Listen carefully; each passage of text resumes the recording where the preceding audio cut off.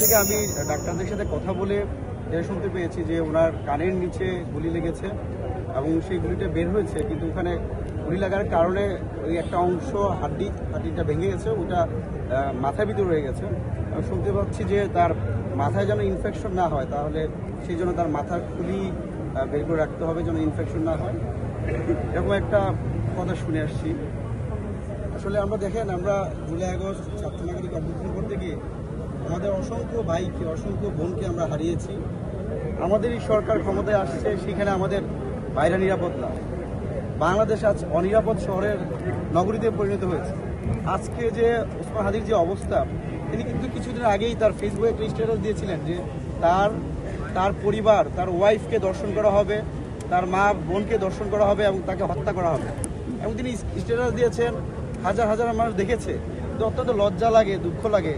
প্রায় 2 সহস্রাধিক শহীদের রক্তের বিনিময়ে যে সরকার বর্তমানে ক্ষমতায় আছে, তাদের কর্ণকুহরে সেটা পৌঁছায় নাই।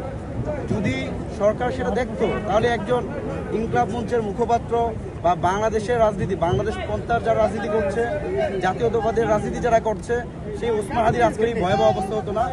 আমরা এই ঘটনার তীব্র নিন্দা এবং প্রতিবাদ জানাই, এবং একসাথে অন্তর্বর্তীকালীন সরকারকে আমরা বিবৃতির সরকার দেখতে চাই না।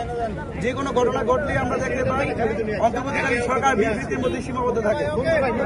আজকেও আমরা দেখতে পেয়েছি প্রধান উপদেষ্টা অত্যন্ত উদ্বেগ জানিয়েছেন, আমরা তার উদ্বেগটা উৎকণ্ঠিত। তিনি বারবার উদ্বেগ জানান, সাধারণ মানুষ নিরাপদ পায় না।